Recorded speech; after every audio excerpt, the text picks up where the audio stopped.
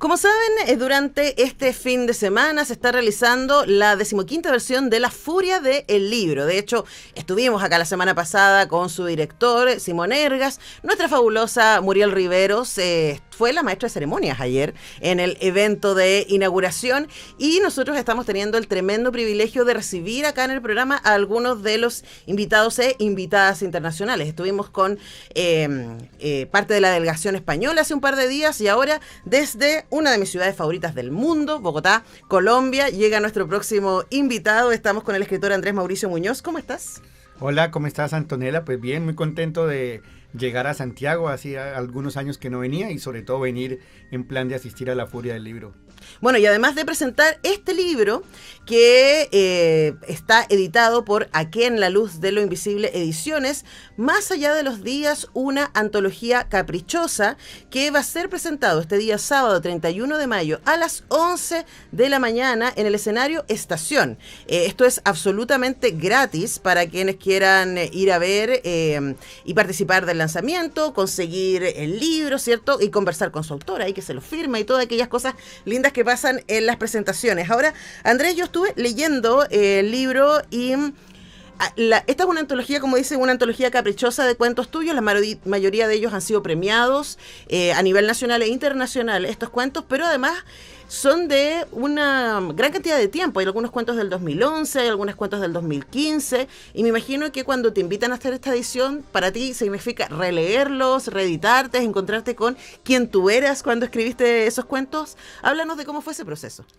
Vale, sí, muchas gracias. Sí, precisamente el nombre que le pongo es una antología caprichosa, porque lo que hicimos fue, yo tengo 6 libros publicados, pero de los 6 libros publicados, 3 son de cuentos y 3 son novelas. Lo que hicimos, o que hice en ese momento, fue coger 2 cuentos de cada uno de los libros. Ajá. Y el proceso de escoger los cuentos me pareció un acto caprichoso. Es decir, ¿por qué escoger de un libro de 9 o 10 cuentos? ¿Por qué escoger uno? ¿Por qué no escoger el otro? Entonces, lo que hice fue escoger los cuentos que han sido premiados, pero también los cuentos que significaron un proceso o un paso importante dentro de mi proceso de maduración narrativa. Uh-huh. Entonces, hay 2 cuentos de mi primer libro de cuentos, que es Desasosiegos Menores, que ganó Premio Nacional de Libro de Cuentos en Colombia. Hay 2 cuentos del libro que siguió después, que se llama Un lugar para que Reciela, Cuentos de Despojo.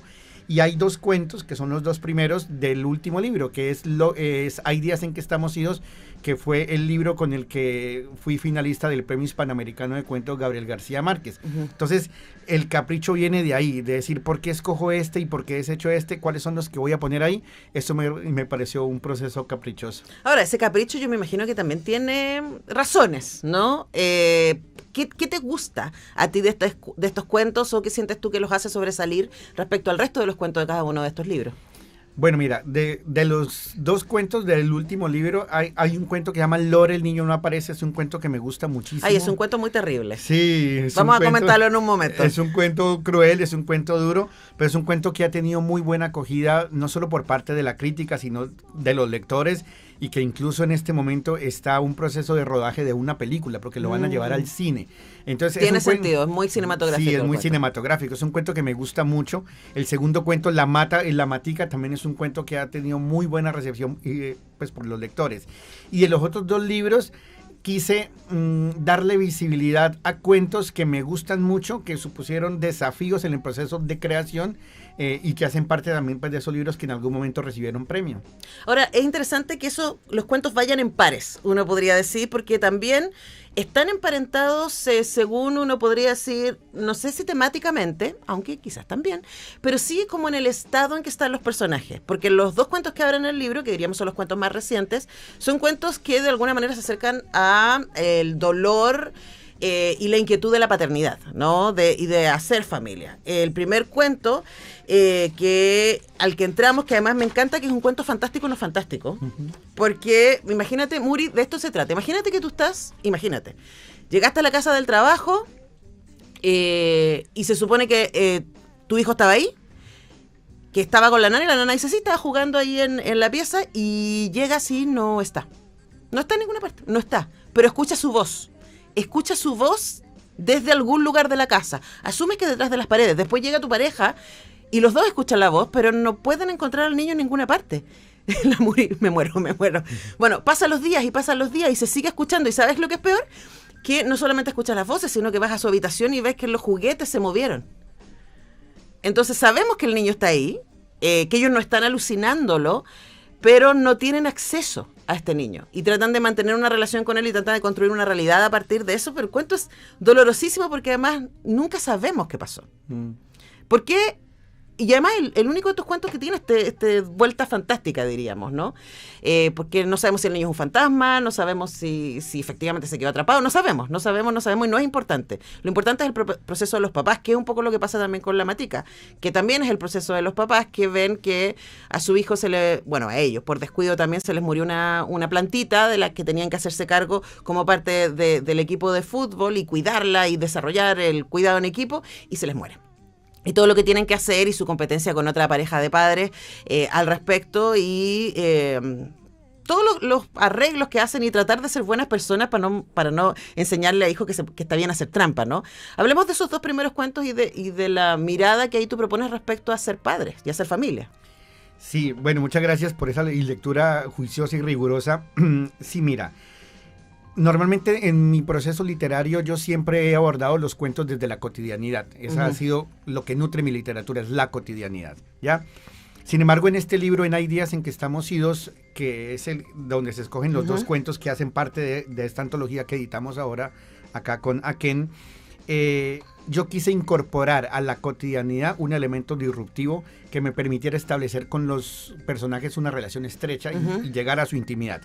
Y en particular, parte de mi proceso también lo he construido alrededor de un concepto que he llamado los agobios contemporáneos. Y los agobios contemporáneos no son más que los agobios de toda la vida, soledad, amor, frustración, pero matizados por la contemporaneidad. Entonces, en particular, me llamaba la atención el tema del miedo irracional que tenemos a veces los padres a que algo les suceda a nuestros hijos aunque los tengamos ahí, ¿ya? Entonces, de ahí surge el cuento Lore, el niño no aparece. Es decir, un miedo irracional a que le pase algo aunque escuche su voz, aunque esté por ahí, aunque esté cerca, ¿ya? Y en La Matica es ese miedo de los padres a no hacer las cosas de manera correcta. Porque eso está matizado por la contemporaneidad. Pero también frente a la mirada de los otros. Claro, exacto. Está matizado por la contemporaneidad. ¿Por qué? Porque cuando yo era pequeño las cosas se hacían como mi papá o como mi mamá decían y ellos de alguna manera no tenían ese espejo de saber cómo lo hacían los demás.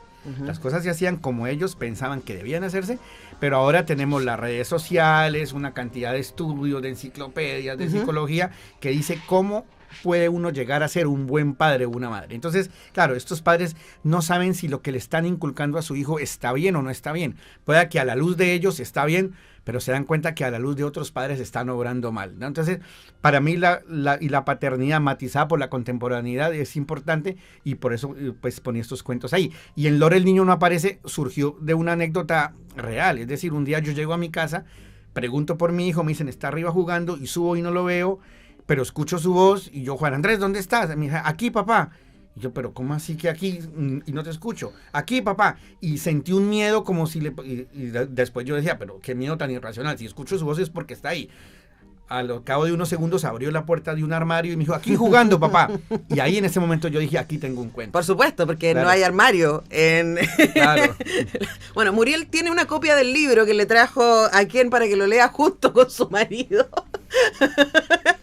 Qué fuerte, no, es súper fuerte. Ahora, yo no soy mamá, pero me pude empatizar, ¿no?, con ese ejercicio. Ahora sí, yo sigo buscando, leyendo los cuentos de A2, que es de cómo vienen, uno podría pensar que Una carrera espacial y Una noche precaria son cuentos sobre lo que no fue. De alguna manera, ¿no? Y los relatos que nos contamos acerca de qué hubiera pasado sí.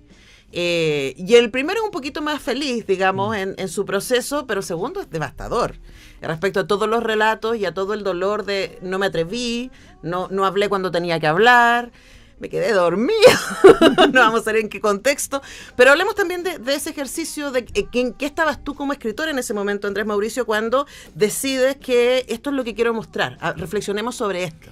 Sí, mira, cuando escribí los cuentos de Un lugar para que rece Adela, que son estos, estaba pensando en el concepto del despojo y el despojo a nivel cotidiano. No estoy hablando de despojos violentos, viscerales, tierras, paramilitarismo y esas cosas, no, sino los pequeños despojos.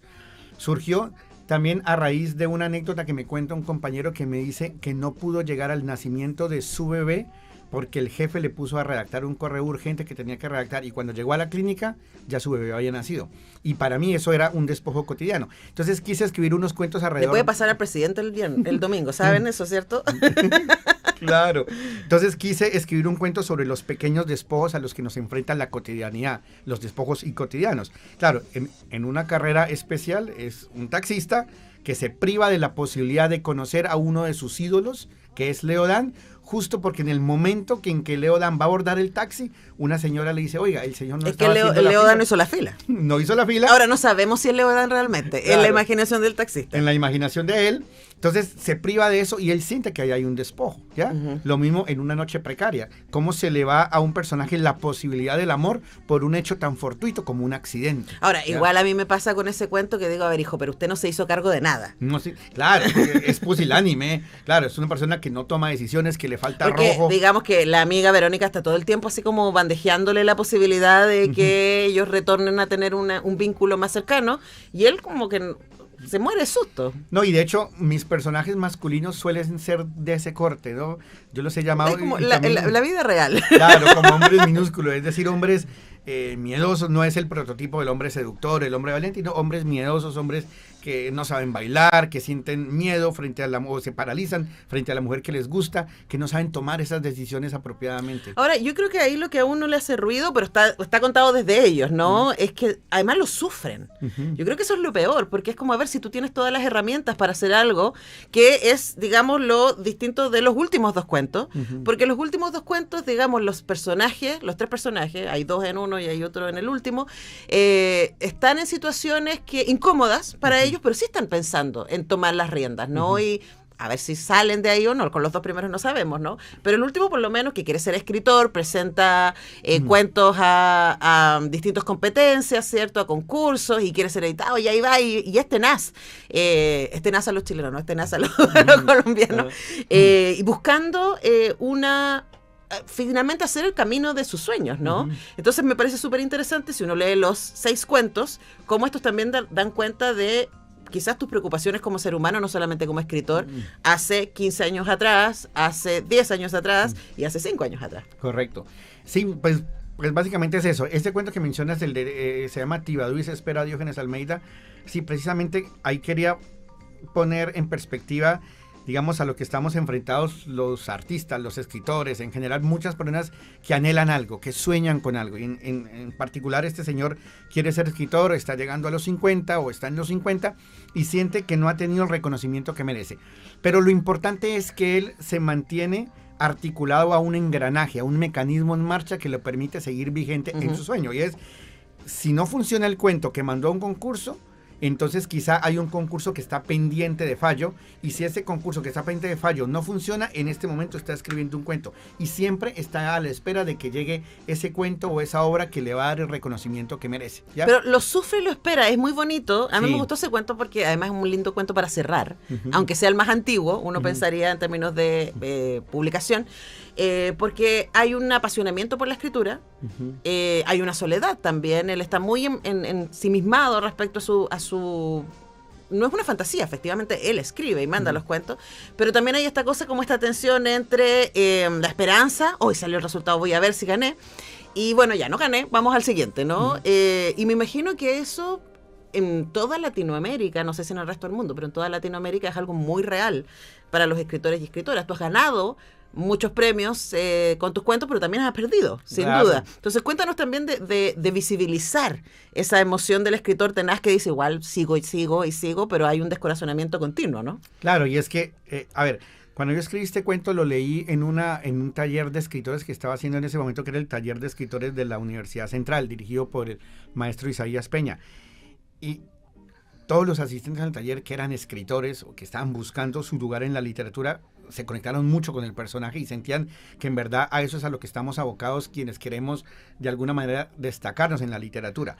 Sigue siendo válido eso, es decir, cuando un escritor recibe un reconocimiento, la gente dice, oiga, ganó este premio y también ha ganado este otro, pero no sabe cuántos premios ha perdido, claro. No sabe en cuántos premios él ha quedado afligido y muchas veces ha quedado devastado emocionalmente porque pone sus esperanzas en algo que no se da, y eso es normalmente, y así sucede normalmente y sigue sucediendo. Hoy en día incluso es mucho más difícil ganarse un premio literario porque como se abrieron las puertas a lo digital, es decir, a recibir manuscritos no enviados por correspondencia, sino de manera digital, que basta con subirlo a una plataforma o mandar un correo, tú te presentas a cualquier concurso, sea nacional o internacional, y vas a ver, y son miles de participantes, miles. ¿Qué significa eso?